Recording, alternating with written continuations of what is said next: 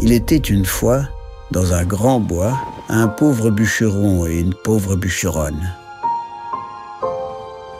Et puis, un jour... La plus précieuse des marchandises de Michel Hazanavicius, d'après le texte éponyme de Jean-Claude Grimbert, est un film d'animation qui raconte l'histoire, puisée dans les dossiers du mémorial de la Shoah, de deux jumeaux nés au printemps 1942.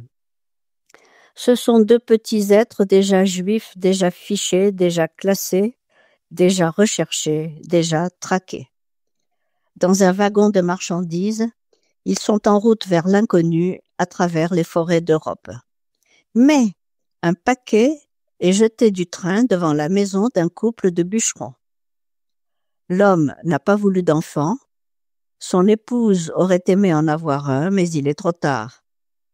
Enveloppée dans un châle soyeux, une petite fille, dont le frère jumeau, la mère et le père vont en enfer, a été jetée par son père pour la sauver. Hazanavicius reprend pour ce film le genre du conte de fées choisi par Jean-Claude Grimbert avec la voix off de Jean-Louis Trintignant que nous entendons pour la dernière fois.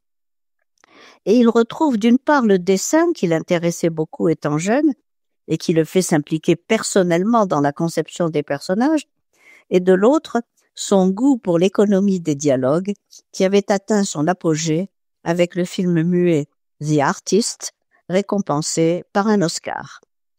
Les images sont ici essentielles, décrivant dans un premier temps ce couple pauvre dont l'épouse n'a jamais cessé de croire au miracle. Lorsque le cadeau arrive, il devient vite clair que la petite fille appartient au sans-cœur, ainsi défini par une propagande enracinée même dans l'esprit de ceux qui ne militent pas dans les rangs des racistes. Le pauvre bûcheron en est convaincu. Le film de Michel Hazanavicius, grâce à un graphisme très délicat où les figures humaines sont nettement dessinées, a été présenté au dernier festival de Cannes. En cette année terrible pour Israël et les Juifs du monde entier, qui nous a rappelé que nul n'est à l'abri du racisme, de la barbarie et du boycott, il était le seul film à thème juif. Le bûcheron surmontera ses préjugés et s'attachera à cet être humain sur lequel il n'a pu trouver aucune marque puisqu'il n'a pas été circoncis.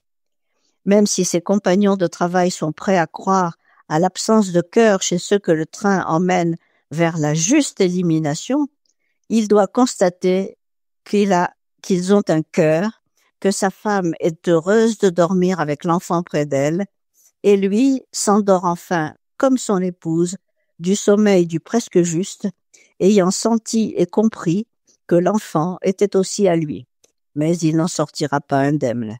Ce film, quoique ne cachant rien de ce qui attend les déportés en camp de concentration, reste un acte de foi dans la nature humaine. Envers et contre tout, Hazanavicius, après Grimbert, affirme sa conviction que tout n'est pas perdu et que le cri d'un enfant ne peut rester inaudible et doit pouvoir se transformer malgré tout en sourire. Forçons-nous à y croire. D'ailleurs, avons-nous le choix ?